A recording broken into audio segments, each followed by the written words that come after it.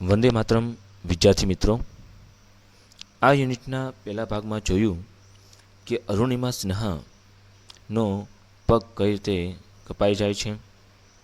ત્યારબાદ બીજા ભાગમાં જોયું કે એક પગ ન હોવા છતાં પણ દુનિયાનું સૌથી ઊંચું શિખર માઉન્ટ એવરેસ્ટ સર કરવાની તેની ઈચ્છા કેવી રીતે જાગી. અને હવે ત્રીજા ભાગમાં આપણે જોવાના છીએ કે હવે એની એ ઈચ્છા કઈ રીતે પૂર્ણ કરે છે.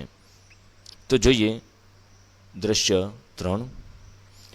On 28th February 2012, almost a year after I was pushed out of the train, on 28th February 2012 એટલે કે 28 ફેબ્રુઆરી 2012ના દિવસે ઓલમોસ્ટ અ યર આફ્ટર એટલે કે લગભગ એક વર્ષ બાદ I was pushed out of the train કે મને ટ્રેનની બહાર ફેંકી દેવાના લગભગ એક વર્ષ બાદ 28 ફેબ્રુઆરી 2012ના રોજ I set out for the training institute set up by Bachendri Pal.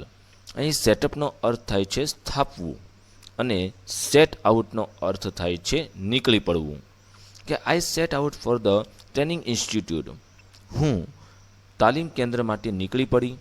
Set out by Bachendri Pal કે બચેન્દ્રી પાલ દ્વારા સ્થાપિત નિયર ઉત્તરકાશીમાં કે મને ટ્રેનની બહાર ફેંકી દેવાના લગભગ એક વર્ષ બાદ 28 ફેબ્રુઆરી 2012ના રોજ હું ઉત્તરકાશી નજીક બચેન્દ્રી પાલ દ્વારા સ્થાપિત ટ્રેનિંગ એટલે કે તાલીમ કેન્દ્ર માટે નીકળી પડી. I called up Bachendri Pal to tell her, તેણીને કહેવા. આઈ કોલ્ડ અપ એટલે મેં ફોન કર્યો હતો બચેન્દ્રી પાલને, ટુ ટેલ હર તેણીને કહેવા કે વી હેડ રીચ્ડ ઉત્તરકાશી, કે અમે ઉત્તરકાશી પહોંચી ગયા હતા. કે મેં બચેન્દ્રી પાલને કોલ કરીને એટલે કે ફોન કરીને કહેલું કે અમે કાશી પહોંચી ગયા છીએ. શી વોઝ સરપ્રાઇઝ એટલે આશ્ચર્યચકિત થઈ ગઈ. હાઉ ક્વિકલી કેટલું ઝડપી આઈ હેડ રીચ્ડ હું પહોંચી ગઈ હતી, કે હું કેટલું ઝડપી પહોંચી ગઈ હતી એ વિચારમાં તેણીને ખૂબ જ આશ્ચર્યચકિત થઈ ગઈ. આફ્ટર ધીસ આ પછી માય કોન્ફિડન્સ સ્કાય રોકેટેડનો અર્થ થાય છે ખૂબ જ તીવ્ર રીતે વધી જવું અથવા ખૂબ જ વધી જવું. કે આ પછી મારો આત્મવિશ્વાસ ખૂબ જ વધી ગયો હતો. Bachendri Pal always pumped fresh confidence in me. Fresh એટલે કે તાજો, કોન્ફિડન્સ એટલે આત્મવિશ્વાસ, પમ્પ્ડ એટલે ઉમેરવું. કે બચેન્દ્રી પાલ હંમેશા મારામાં તાજો આત્મવિશ્વાસ ઉમેરતા હતા. Arunima, you are far better than others. You are તું છે, ફાર બેટર ખૂબ જ સારી, ધેન અધર બીજા કરતાં. કે અરુણિમા તું બીજા કરતાં ખૂબ જ સારી છે. This people seems to be suffering from handicap. અહીં હેન્ડીકેપનો અર્થ થાય છે અપંગતા. અહીં હેન્ડીકેપનો અર્થ શું થાય છે મિત્રો? અપંગતા. કે ધીસ પીપલ એટલે કે આ લોકો, સીમ ટુ બી સફરિંગ એટલે કે પીડાવું, ફ્રોમ હેન્ડીકેપ એટલે કે અપંગતાથી. આ લોકો અપંગતાથી પીડાય છે. નોટ યુ તું નહીં. આઈ એમ પ્રાઉડ ઓફ યુ મને તારા પર ગર્વ છે. બટ બિફોર એવરેસ્ટ એક્સપેન્ડિશનનો અર્થ થાય ચડવું. બટ પરંતુ બિફોર એવરેસ્ટ એક્સપેન્ડિશન એટલે કે પરંતુ એવરેસ્ટ ચડતા પહેલાં you will have to prove એટલે કે સાબિત કરવું યોર સેલ્ફ તારી જાતને. કે એવરેસ્ટ સર કરતાં પહેલાં તારે તારી જાતને સાબિત કરવી પડશે. If you climb 21,798 feet high Chamser Kangri mountain in Ladakh. એટલે કે ઇફ એટલે કે જો યુ ક્લાઇમ્બ તું ચડે છે 21,798 ફીટ એટલે કે 21,700 ફૂટ ઊંચા ચમસાર કાંગડી માઉન્ટેન, ચમસાર કાંગડી પર્વત ઇન લદાખમાં આવેલા.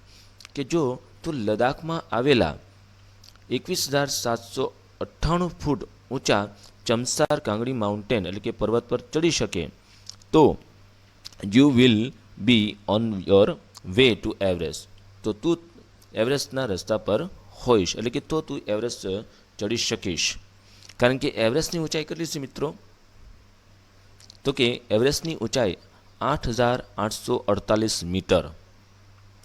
ઓકે, તો અહીં એ જ દર્શાવવામાં આવેલું છે કે જો તું લદ્દાખમાં આવેલા 21,798 ફૂટ ઊંચા ચમસાર કાંગડી માઉન્ટેન ઉપર ચડી શકીશ તો તું એવરેસ્ટ ચડી શકીશ. I successfully completed that expedition. Successfully એટલે કે સફળતાપૂર્વક, કમ્પ્લીટેડ એટલે પૂર્ણ કર્યું, ધેટ એક્સપેડિશન તે ચઢાણ, મેં તે ચઢાણ સફળતાપૂર્વક પૂર્ણ કર્યું. By the time we reached the base camp situated at 18,000 feet. By the time તે સમયે વી રીચડ અમે પહોંચી ગયા હતા ધ બેઝ કેમ્પમાં સિચ્યુએટેડ એટ 80,000 ફીટ એટલે કે 18,000 ફીટની ઊંચાઈએ આવેલા, કે તે સમયે અમે 18,000 ફૂટની ઊંચાઈએ આવેલા બેઝ કેમ્પમાં પહોંચી ગયા હતા. 16 of the 19 members of the team એટલે કે 16 ઓફ ધ 19 મેમ્બર્સ 19માંથી 16 સભ્યો ઓફ ધ ટીમ એટલે કે ટીમના 19 સભ્યોમાંથી 16 સભ્યો હેડ રિટાયર્ડ એટલે કે નિવૃત્ત થઈ ગયા હતા, કે ટીમના 19 સભ્યોમાંથી 16 સભ્યો નિવૃત્ત થઈ ગયા હતા. બચેન્દ્રી પાલ ગ્રીટેડ એટલે અભિવાદન કરવું, મી એટલે મારું, એટ ધ બેઝ કેમ્પમાં કે બચેન્દ્રી પાલે બેઝ કેમ્પમાં મારું અભિવાદન કર્યું. મેરી શેરની શી સેડ તેણીએ કહ્યું મેરી શેરની. And took me her warm embrace એટલે ભેટવું, આલિંગન કરવું, કે મેરી શેરની તેણીએ કહ્યું અને મને તેમની હુંફાળી ભેટમાં લઈ લીધી. ઇન ધ ઇવનિંગ સાંજે બચેન્દ્રી પાલે અનાઉન્સ્ડ એટલે કે જાહેર કર્યું ધેટ કે I was finally ready for Everest.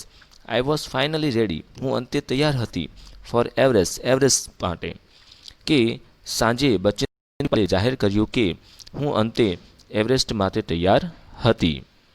She also assured એટલે ખાતરી આપી, મી એટલે મને, ધેટ કે શી વુડ ટોક તેણી વાત કરશે ટુ ધ ઓફિશિયલ્સ એટલે કે અધિકારીઓને, ટુ ટાટા સ્ટીલના ફોર સ્પોન્સરિંગનો અર્થ થાય છે પુરસ્કર્તા, ફોર માય એવરેસ્ટ ડ્રીમ મારા એવરેસ્ટના સપનાને, કે તેણીએ મને ખાતરી અપાવી કે તેણી મારા એવરેસ્ટના સપના માટે પુરસ્કર્તા માટે ટાટા સ્ટીલના અધિકારીઓ સાથે વાતચીત કરશે. મિત્રો, આ ભાગમાં આટલું જ. જય હિન્દ.